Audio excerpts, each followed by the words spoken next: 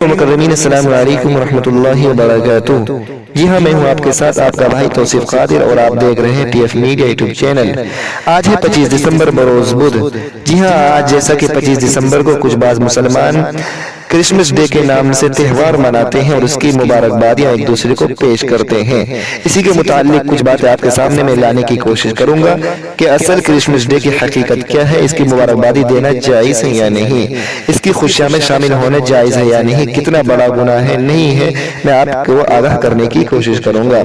جی ہاں، دراصل 25 دسمبر کے بارے میں عیسائیوں کا یہ عقیدہ ہے کہ اس دن اللہ تبارک و تعالیٰ کا بیٹا ہوا تھا، نعوذ باللہ، جیسا کہ ہمارا اہل ایمان کا عقیدہ ہے کہ اللہ تبارک و تعالیٰ کا کوئی اولاد نہیں ہے، اللہ تبارک و تعالیٰ ان چیزوں سے بالکل صاف اور منزہ ہے۔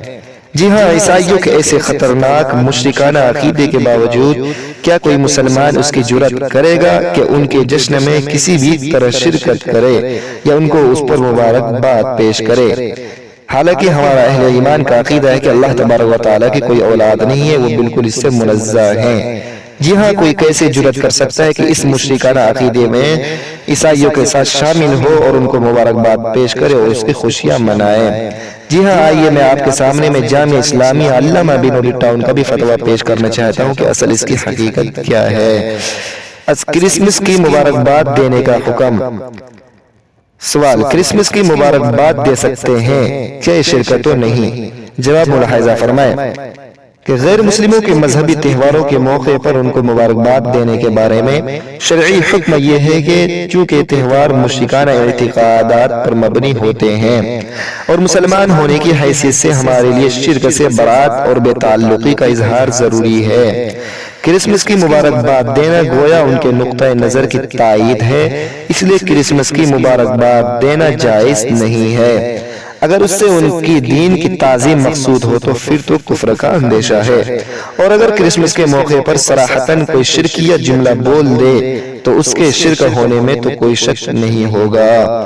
جی ہاں، یہ تھا آپ کے سامنے میں جامعہ اسلامیہ علامہ بن نوری ٹاؤن کا فتویٰ۔ اب میں آپ کے سامنے میں دارالعلوم دیوبند کا فتویٰ پیش کرنا چاہتا ہوں کہ دارالعلوم دیوبند کا فتویٰ اس کے متعلق کیا ہے۔ جی ہاں، عنوان: کرسمس اور عید کی مبارکباد۔ سوال: کیا ہم مسلمان غیر مسلم کو کرسمس کی مبارکباد دے سکتے ہیں؟ قرآن اور حدیث سے رہنمائی کریں۔ کیا محمد صلی اللہ علیہ وسلم کی یا صحابہ کی زندگی سے عید کی مبارکباد دینا ثابت ہے؟ جی ہاں۔ جواب: بسم اللہ الرحمن الرحیم۔ غیر مسلم کو کرسمس کی مبارکباد دینا مسلمان کے لیے بالکل درست نہیں ہے، عید کی مبارکباد دینا جائز اور ثابت ہے۔